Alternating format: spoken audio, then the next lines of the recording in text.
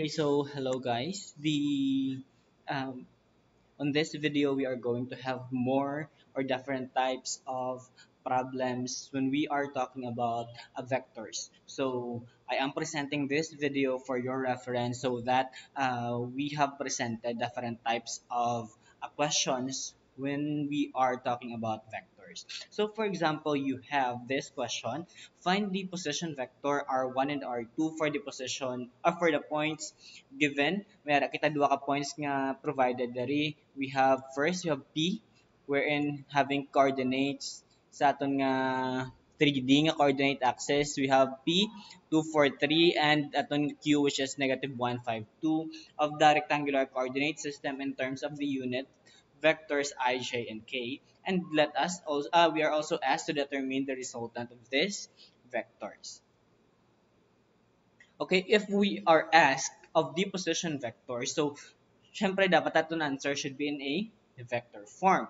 If we are asked of the resultant, so we are asked of the magnitude of the certain vector, which is ang aton nga position vectors. So anong buot silingon maghambak ka position vector? So for example, you have point P and you have point Q. So maghambal kita position vector. So may ara kadua ka possible nga position vectors. First, yung position vector is you could have a vector nga halin diri sa P pakadto sa aton nga Q. So ini nga vector. Also, we could have the same vector pero halin siya sa Q pakadto sa P. So, we could have this unang vector. So, P pa kadto sa Q. So, that will be PQ. And then, ang isa naman is halin sa Q pa kadto sa P. So, that will be QP vector. So, that's it. So, if we are going to solve this one or to answer this nga problem, so kinahanglan naton pangitawan ang value of your duha ka position vector. So let's start with, okay, first, may ara kita P, Q. And then may ara kita another one, Q, P. So amo nang aton nga kinahanglan pangitaon. Okay, so we will have, okay, let's start na lang. So aton nga P is may ara kita 2, 4, 3. Ang aton nga Q is 1, negative 5, and 2. Okay, if we are going to solve sa sini nga value, P pakadto sa Q, so mag-answer sini kung anong pinaka-last nga letter ang munang una. So we have P to Q, so that will be, mag-solve sini, we have Q minus P. This one, halin sa Q pakadto sa P, so this will be P minus Q. So let's start with our solution. So we have, para sa aton nga PQ, okay, for the PQ nga vector, we will have, so Q minus P, so for this one, we have 1 is equal to 1 minus 2i. Next, para sa aton nga J, plus Q minus P, so we have negative 5 minus 4, J, plus 2 minus 3k. So aton nga answer will be negative I minus 9j minus k. So muna nga aton nga una nga vector. Okay, next we have QP. So take note nga same lang sila dapat nga ba anon ma-change lang iya nga same lang sila dapat nga vector, change lang iya nga mga signs. So dapat ma-change lang ang mga signs. Tanawon naton if our answer will be showing sa sina nga property dapat. So Q minus P, halin sa Q pa kadto sa P, so that will be P minus Q.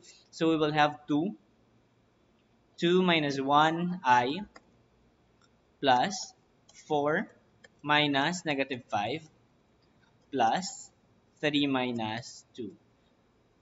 So we have J, we have K. So we have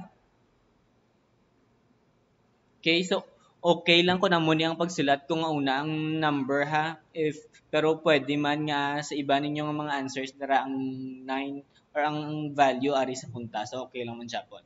So we have 2 plus 2 minus 1 is I na lang plus 9J plus K. So take note, same lang siya po nga values, but change lang naton ang tanan nga signs. So we have answered na sa una nga question, position vectors R1, kag R2. So this will be, for example, aton R1, this will be aton nga R2. So now, ang isa na lang natin nga wala nakuha is the resultant of this vector. So ang gina-refer nyo dali is your magnitude of the vector nga nakuha natin. So if we are going to find the magnitude, so pwede lang man asa, parehas lang man sila nga dual values. So magnitude of PQ for example. So that will be equal to the square root of 1 squared plus 9 squared plus 1 squared. So that will be 1 plus 81 plus 1. So that will be square root of 83. So square root of 83 will be equivalent to 9.11 units.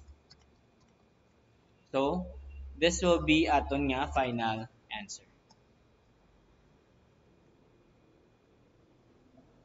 Okay, so that's it para sa aton nga una nga example. So we will have another example.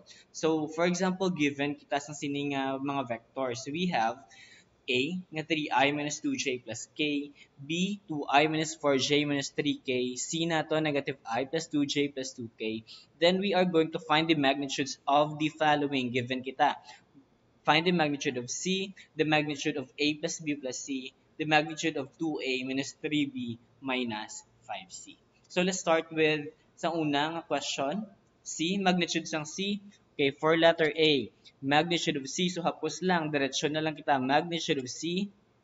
So that will be square root of.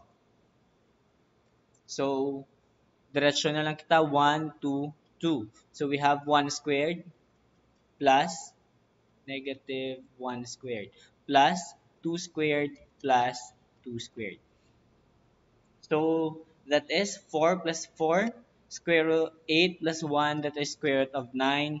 So aton answer will be 3 units. Okay, for letter B, diretso na, that 1 will be aton final answer na dayon. Okay, for letter B, A plus B plus C. So hapos lang, diretsyon ta na lang. I-add na naman lang sila. We have A plus B plus C. So 3 plus 2 minus 1. So that is 5 minus 1. That is 4. Okay, we have 4i. Next, negative 2 minus plus negative 4. That is negative 6 plus 2. That is negative 4j. Negative 4j. Then i-add naman ng tanan niya k. So we have 1 plus 2. That is 3. 3 minus 3, that is 0. So we have 0. Bisan iliit na magbutang. So that will be, muna ni siya ating final nga vector, kwaunta na lang iya nga magnitude. So to find the magnitude of A plus B plus C. So that will be square root of 4 squared plus negative 4 squared. So that is square root of 32. This will be equivalent to 5.66 units. That then will be our final answer.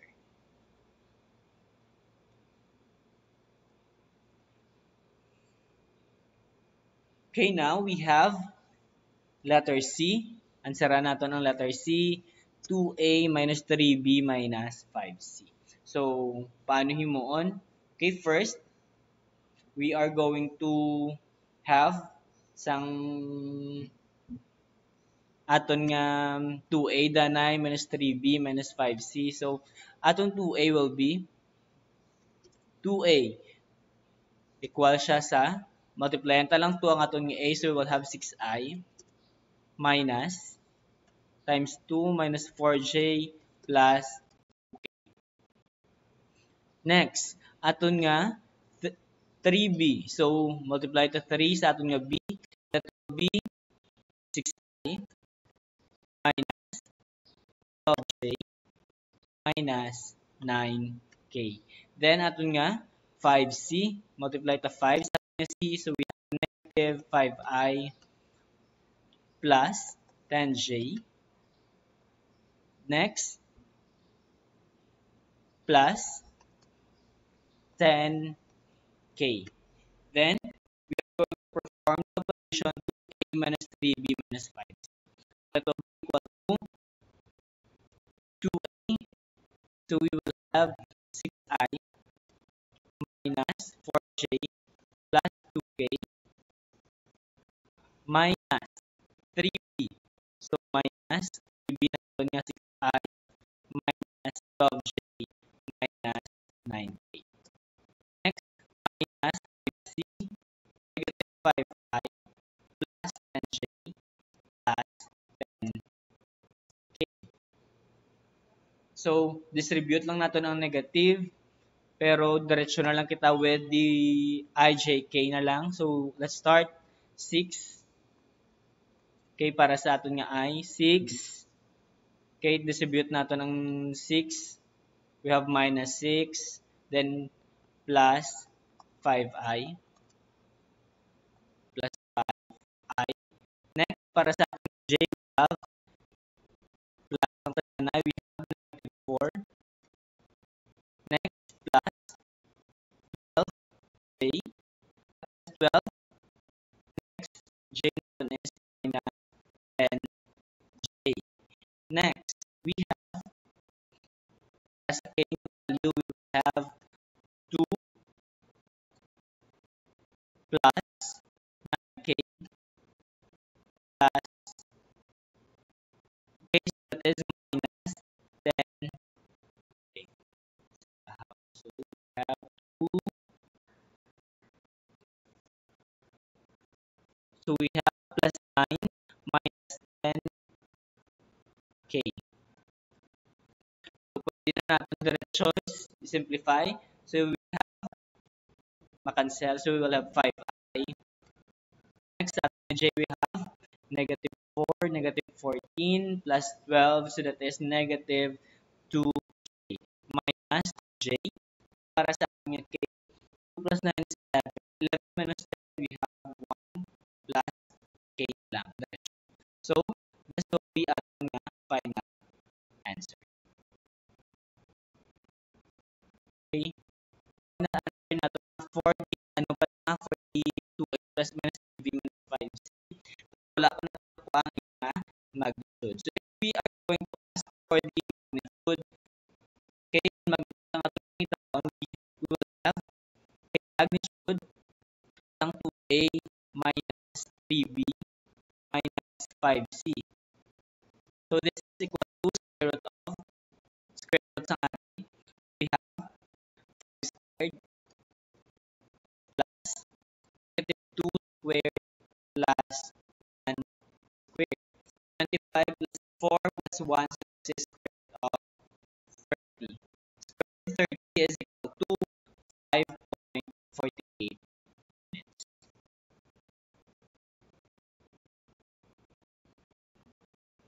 This is it para sa additional ng mga problem solving. So, I do hope na kami in your solving problems. So, thank you everyone. So, watch out for another video about additional